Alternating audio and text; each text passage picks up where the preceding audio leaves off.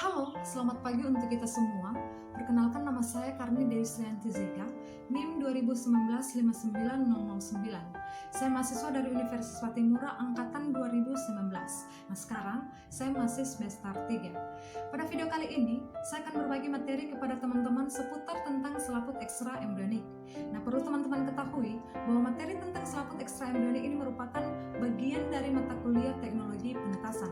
Mata kuliah teknologi penetasan ini khusus dipelajari oleh mahasiswa jurusan peternakan.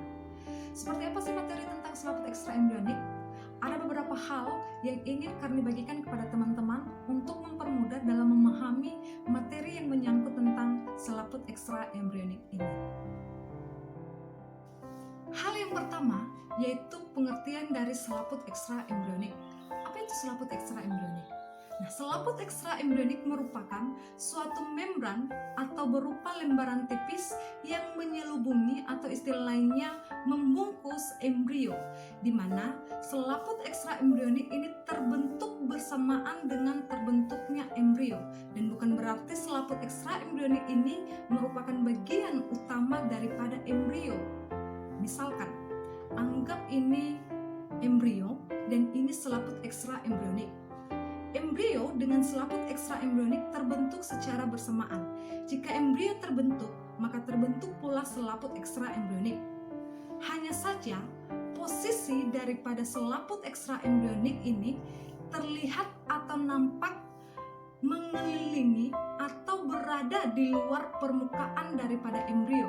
Karena memang pada dasarnya selaput ekstra embrionik ini terbentuk untuk membantu proses pertumbuhan dan perkembangan daripada embrio, baik sebagai penyalur nutrisi untuk embrio, baik sebagai pelindung embrio dari berbagai benturan dan kontaminasi mikroorganisme dari luar, baik sebagai pembantu embrio untuk proses respirasi dan proses ekskresi dan lain sebagainya.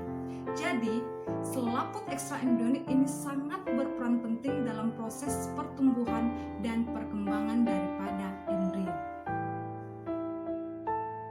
Hal yang kedua yaitu bagian-bagian dari selaput ekstra embrionik. Nah, ternyata selaput ekstra embrionik ini terdiri dari beberapa bagian. Bagian yang pertama yaitu yolk sac atau biasa disebut sebagai kantong kuning telur. Yolk sac ini merupakan bagian dari selaput ekstra embrionik yang terbentuk pertama kali dan posisinya melekat pada embrio. Nah, yolk sac ini berfungsi sebagai penyalur nutrisi untuk embrio dengan mensekresikan enzim yang mengubah kuning telur agar dapat diserap oleh embrio.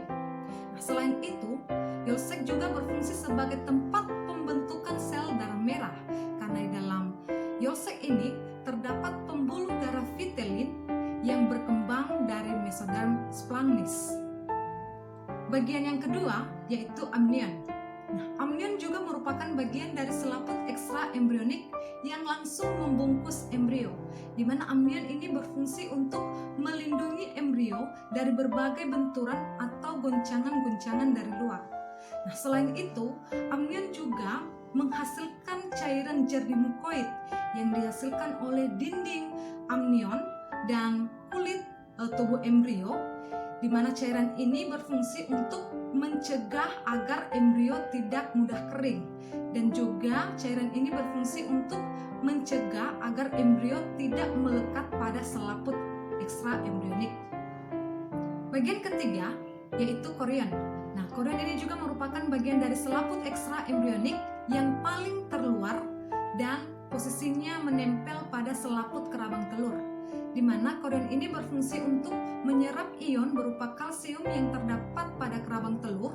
Kemudian ion tersebut akan didistribusikan dalam pembentukan rangka atau tulang pada embrio. Nah, selain itu, korion juga berfungsi sebagai barir atau pencegah masuknya bakteri agar tidak masuk ke dalam embrio, sehingga embrio tidak mudah terkontaminasi dari berbagai bakteri. Bagian yang keempat yaitu allantois. Nah, allantois ini merupakan bagian dari selaput ekstra embrionik yang paling terakhir terbentuk. Nah, allantois ini berfungsi untuk membantu proses respirasi atau pernafasan pada embrio, di mana allantois ini menyerap oksigen melalui cangkang telur. Nah, selain itu, Allantois juga berfungsi sebagai tempat penampungan limbah atau zat sisa berupa urin yang dihasilkan oleh embrio. Hal yang paling terakhir dari penjelasan materi ini yaitu proses pembentukan selaput ekstra embrionik. Nah, perlu teman-teman ketahui bahwa selaput ekstra embrionik ini terbentuk dari interaksi antara lapisan lembaga primer jaringan embrional yang meliputi lapisan ektoderm atau lapisan luar, lapisan mesoderm atau lapisan tengah, dan lapisan endoderm atau lapisan yang paling dalam. Untuk Yolsek itu dibentuk oleh lapisan endoderm dan lapisan mesoderm splagnis atau splagnopleura.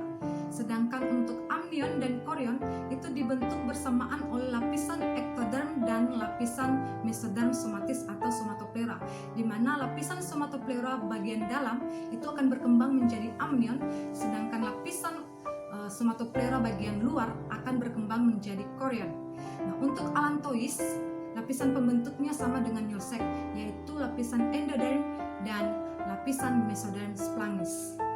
Demikian penjelasan seputar tentang selaput ekstra embrionik. Semoga materinya dapat bermanfaat untuk kita semua.